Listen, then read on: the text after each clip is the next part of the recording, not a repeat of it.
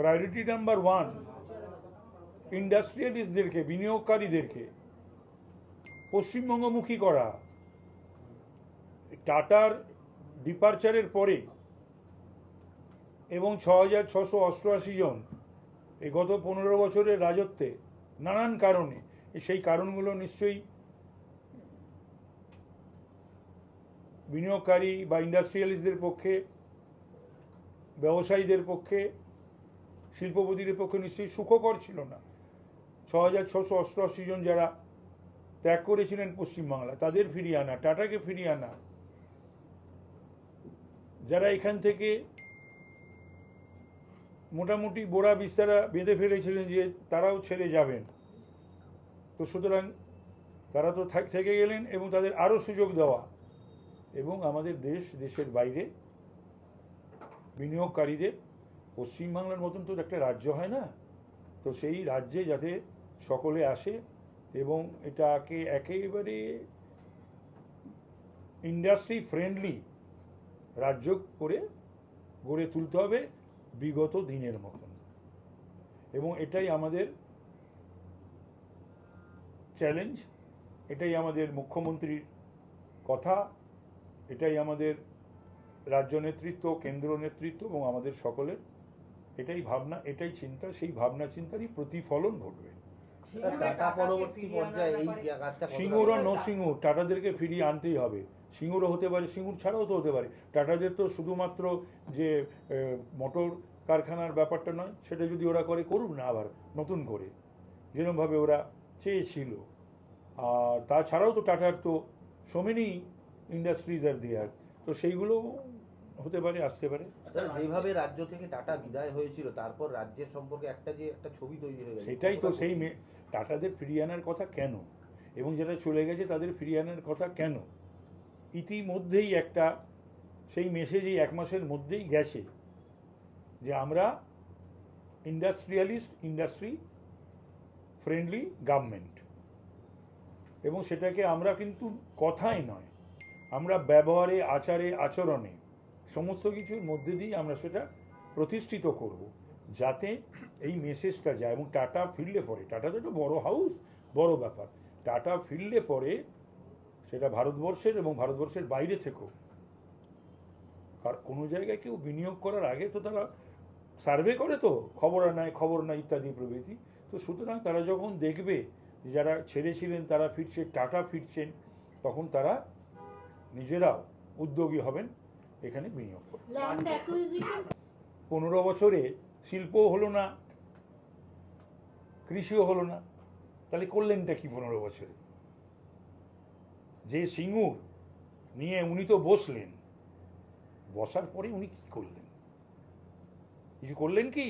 তো সুতরাং ওই সমস্ত কথাবার্তা বিগত দিনে যে সমস্ত হয়ে গেছে, সে সমস্ত এই বিজিবিসি নাকি বিজিবিএস, তারপরে স্পেনে গিয়ে এই অ্যাকর্ডিয়ান বাজানো, হারমোনিয়াম বাজানো, সামনে হাঁটা, পেছনে হাঁটা, স্পেন থেকে পশ্চিমবাংলার একটি জেলার কিছু ঘোষণা করা, এইগুলো অন্তত আমাদের সরকার, ভারতীয় যে জনতা পার্টির সরকার, সেগুলো করবে না। রাজ্যে এখন কোনো শিল্পনীতি বা ইনসেন্টিভ পলিসিও নেই, যেটা আপনি বললেন শিল্প বান্ধব হওয়ার জন্য এটা অন্যতম, যেরকম উনি বললেন পলিসি প্রয়োজন, তো সেটা নিয়ে কিছু ভাবনা চিন্তা বা কোনো ভাবনা চিন্তাই আমরা we shall leave no stone unturned, কোনো ভাবনা চিন্তা থেকে আমরা দূরে থাকবো না। পশ্চিমবাংলায় শিল্পই ভবিষ্যৎ, পশ্চিমবাংলায় শিল্প বিগত দিনের গরিমায় যদি ফিরে না আসে, তাহলে পরে আমাদের নবপ্রজন্মের কি হবে, আমাদের ছেলে মেয়েদের কি হবে, আমাদের তরুণ তরুণীদের কি হবে, আমাদের যুবক যুবতীদের কি হবে।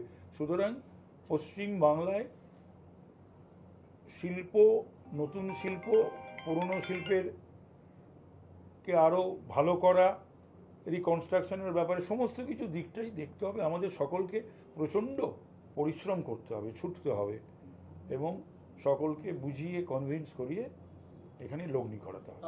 বিজিবিএস নামের যে জিনিসটা হতো রাজ্যে, সেই ধরনের লোক দেখানো আপনারা করবেন? সেটা হতেই পারে, গিয়ে হতে পারে, ডাকা হতে পারে, এটা তো হওয়া উচিত। কিন্তু আমার প্রশ্ন হলো যে কয়েকবার যে বিজিবিএস হলো, তার ইয়েটা কি হলো, তার ফলটা কি? সেটা তো সুতরাং বেশিরভাগই ছিল লোক দেখানো, মানুষকে বিভ্রান্ত করা, লোক দেখানোর ব্যাপার ছিল। আমাদের সে সমস্ত থাকবে। সেটা কোনো খতিয়ান প্রকাশ করা হতে পারে, BGBS বিজিবিএস এর হোয়াইট পেপার বা খতিয়ান কিছু প্রকাশ করা কতটা হবে? হয়েছে ইনভেস্টমেন্ট, প্রপোজাল কতটা? সেটা তো আমরা পেয়ে যাব, আর তাছাড়া সেটা তো একটা বার করা যেতেই পারে। বলছি ঠিক আছে। তারপর তো আগে তো মানে আমাদের শিল্প বলতে চপ বেগুনি শিল্পের একটা বড় কথা আমরা শুনেছিলাম বিভিন্ন সময়।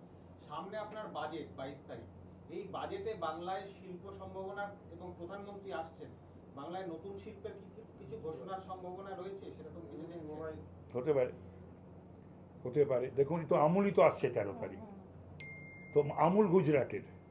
তো আমুলের এই আশার পেছনে কি আপনারা মনে করেন না যে আমাদের শ্রদ্ধেয় প্রধানমন্ত্রীজি এবং শ্রদ্ধেয় গৃহমন্ত্রীজি তারা চাইছেন, এটাই তো সবচেয়ে সুখের এবং আনন্দের, যে পশ্চিম বাংলা নিয়ে এই যে ডাবল ইঞ্জিন সরকার, আগে তো নো ইঞ্জিন সরকার ছিল, সেখানে ডাবল ইঞ্জিন সরকার, সেখানে আমরা প্রধানমন্ত্রীর, গৃহমন্ত্রী, অর্থমন্ত্রী, রেলমন্ত্রী সহ বিভিন্ন মন্ত্রীদের, তাদের যে একটা পশ্চিম বাংলাকে যে অর্থনৈতিক অবস্থা বা শিল্পের যে অবস্থা, সেখান থেকে ঘুরে দাঁড়ানোর জন্য তাদের যে প্রচেষ্টা, এবং আমুল যে আসছে 650 কোটি টাকা, তো সেটা তো নিশ্চয়ই আমাদের সাধুবাদ জানাতে হয়, অভিনন্দিত করতে হয় আমাদের প্রধানমন্ত্রীজিকে এবং অমিত শাহজিকে। আর নিউ ল্যান্ড পলিসি কবে আসবে?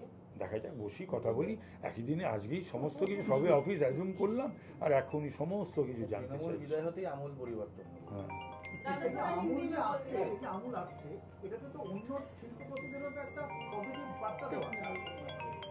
আমুল আসছে। 100 বার 100 বার আমুলের মতন একটা ইন্ডাস্ট্রি, তারা 1 মাসের মধ্যে তাদের কথাবার্তা হয়ে গেল, সিদ্ধান্ত হয়ে গেল, এবং 13 তারিখে ভূমি পুজো, তাই তো?